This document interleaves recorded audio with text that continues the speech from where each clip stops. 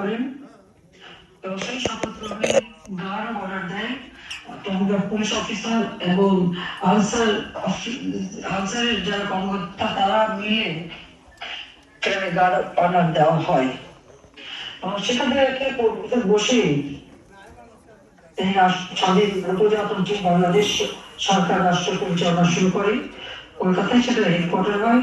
পাশাপাশি ইংল্যান্ডে, America, Europe বিভিন্ন দেশে তাদের বাঙালিরা যে যেখানে ছিল তারা মুক্তিকামী মানুষের পাশে দাঁড়ায়।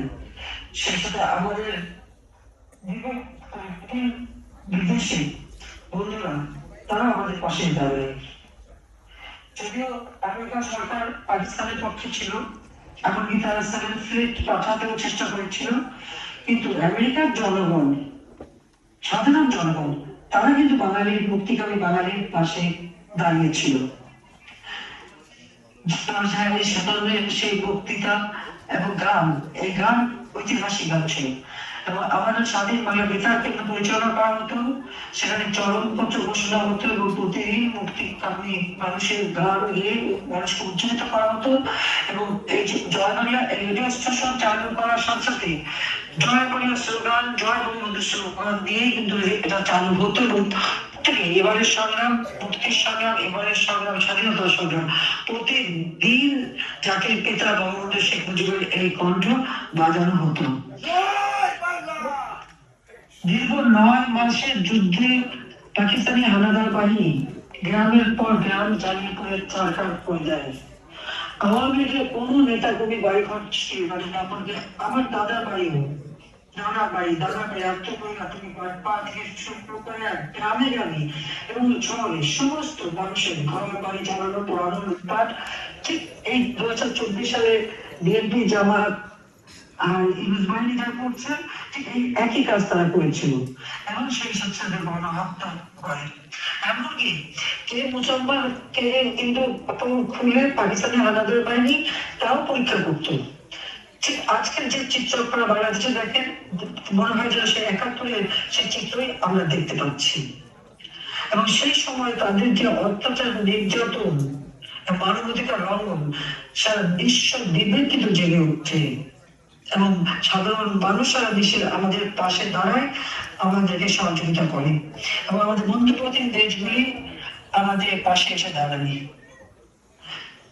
গণপ্রজাতন্ত্রী বাংলাদেশ সরকার পরিচালনা সুষ্ঠুভাবে করে 16ই ডিসেম্বর সেই বাহিনী আমাদের সাথে, ভারতীয় সেনাবাহিনী তারা আমাদের পাশে দাঁড়ায়।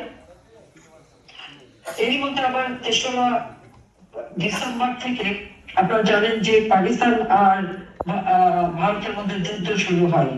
আবার এই 3রা ডিসেম্বরে ভুটান বাংলাদেশকে প্রথম স্বাধীন রাষ্ট্র হিসেবে স্বীকৃতি দেওয়ার ঘোষণা দেয়, যেটা 6 ডিসেম্বর কার্যকর হয়। কিন্তু 6 ডিসেম্বর ভারত বাংলাদেশকে গণপ্রজাতন্ত্রী বাংলাদেশ হিসেবে 4 ডিসেম্বর স্বীকৃতি দেয় এবং যখন যুদ্ধ শুরু হয়ে গেল পাকিস্তান আর ভারতের মধ্যে, বাঙালিদের তখন কি অবস্থা ছিল? আমাদের মুক্তিযোদ্ধারা এবং আমাদের মিত্র বাহিনী যৌথ ভাবে আক্রমণ শুরু করে এবং মুক্তি বাহিনী গড়ে উঠেছিল, মুক্তি বাহিনী, মুজিব বাহিনী, মুজিব ব্যাটারি, বিভিন্ন সংগঠন গড়ে তোলা হয়। সেটা গড়ে তোলা হয়েছিল 21শে নভেম্বর এবং সেই জন্য আমরা 21শে নভেম্বর কিন্তু এই দিবসটা আমরা পালন করি সশস্ত্র দিবস হিসেবে। যদিও এবারে দিবস পালনের সময় বঙ্গবন্ধু শেখ মুজিবের নামও নেওয়া হয়নি বা আমাদের জাতীয় নেতাদেরও নাম নেওয়া হয়নি, এটাই হচ্ছে দুর্ভাগ্যের বিষয়।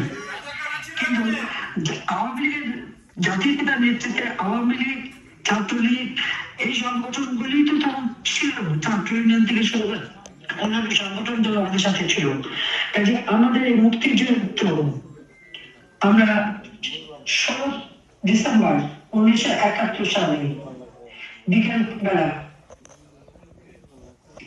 পাকিস্তানি হানাদার বাহিনী আমাদের মিত্র বাহিনী অর্থাৎ ভারতীয় বাহিনীর হাতে আত্মসমর্পণ করে। মুক্তি বাহিনী এবং বাহিনী যৌথভাবে তাদের কাছে তারা আত্মসমর্পণ করে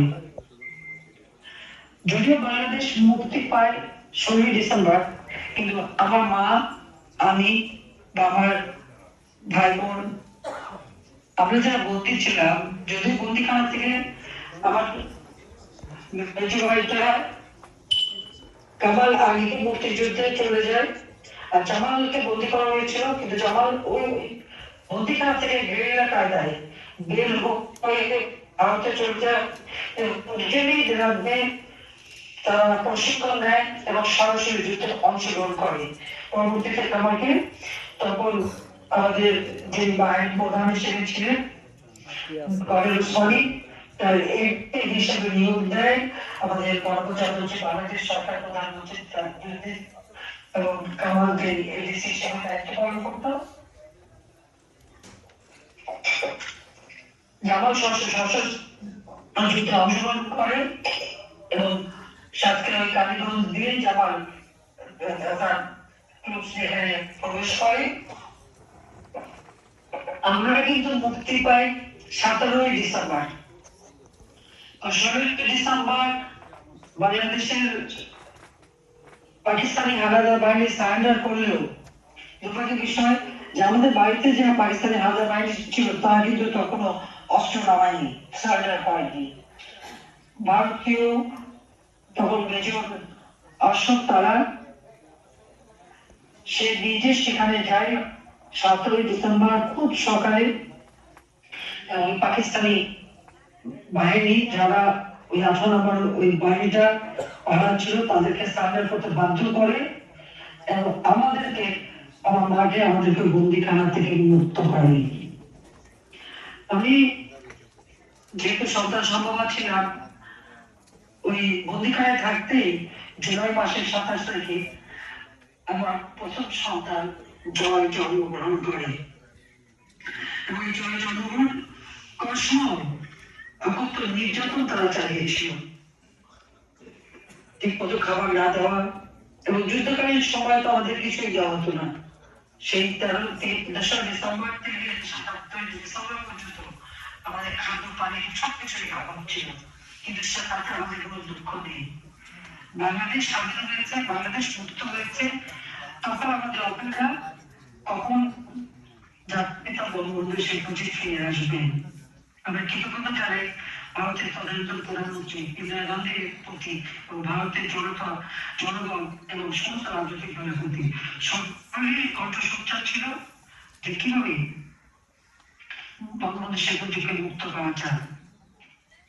তখন আপনারা জানেন যে রাশিয়া থেকে শুরু করে সমস্ত socialist country, Scandinavian country, Europe প্রত্যেকেই এমনকি আমেরিকার জনগণ তারাও কিন্তু বঙ্গবন্ধু শেখ মুজিবের জন্য দাঁড়িয়েছিলেন, আমাদের মুক্তিকামী মানুষের পাশে দাঁড়িয়েছিলেন।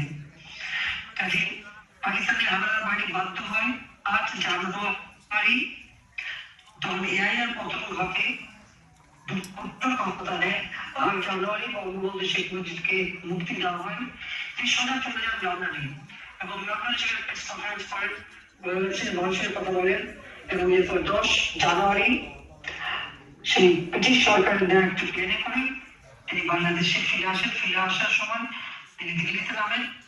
ভারতীয় জনগণ এবং ভারতীয় সরকার ভারতের সমস্ত রাজনৈতিক দলকে ধন্যবাদ জানান এবং সেখান থেকে তিনি বাংলাদেশে এসে পৌঁছান। 10 জানুয়ারি জাতির পিতা বীরের বেশে তার গণপ্রজাতন্ত্রী বাংলাদেশে প্রবেশ করেন এবং 11 জানুয়ারি বিশেষ সভা হয়। তখন প্রধানমন্ত্রী তাজউদ্দিন আহমদ সাহেবের বাসায় সকালে এবং বিকেলে 2 দফা এই দিনে বাংলাদেশে কিভাবে চলবে সেই পরিকল্পনা গ্রহণ করা হয়। আমাদের তৌফিক ইমাম সাহেব তখন ক্যাবিনেট সেক্রেটারি মুক্তিযুদ্ধ চলাকালীন সময় ছিলেন, তার লেখা একটা বইতে খুব সুন্দরভাবে এই তত্ত্বগুলি দেওয়া আছে, এটা আপনারা দেখতে পারেন। বঙ্গবন্ধু শেখ মুজিব এরপরে রাষ্ট্রপতি হিসেবে শপথ নেন এবং তারপরে রাষ্ট্রপতির পদ থেকে তিনি পদত্যাগ করেন। তাজউদ্দিন আহমদ সাহেব প্রধানমন্ত্রীর পদ থেকে পদত্যাগ করেন।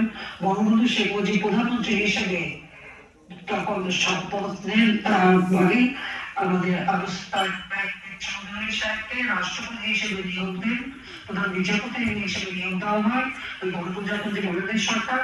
এবং গণপ্রজাতন্ত্রী বাংলাদেশ সরকার যখন মেহেরপুরে আগরতলায় শপথ গ্রহণ করেন তখন একটা স্বাধীনতার ঘোষণাপত্র পাঠ করা হয়।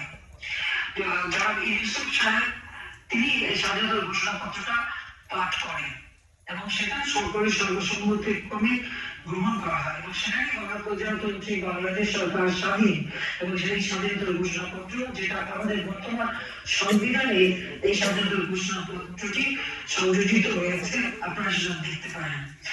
সেই ঘোষণাপত্রের ভিত্তিতেই তখন সিদ্ধান্ত হয় এখানে মানে একটা পার্লামেন্টারি সিস্টেম অফ গভর্নমেন্ট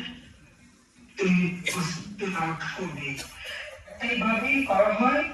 প্রাদেশিক পরিষদে নির্বাচিত প্রতিনিধি এবং জাতীয় পরিষদে নির্বাচিত প্রতিনিধি অর্থাৎ ন্যাশনাল অ্যাসেম্বলি এবং প্রভিন্সিয়াল অ্যাসেম্বলি যত সংসদ সদস্য ছিল নির্বাচিত প্রতিনিধিরা এখানে 300 প্রায় 157টা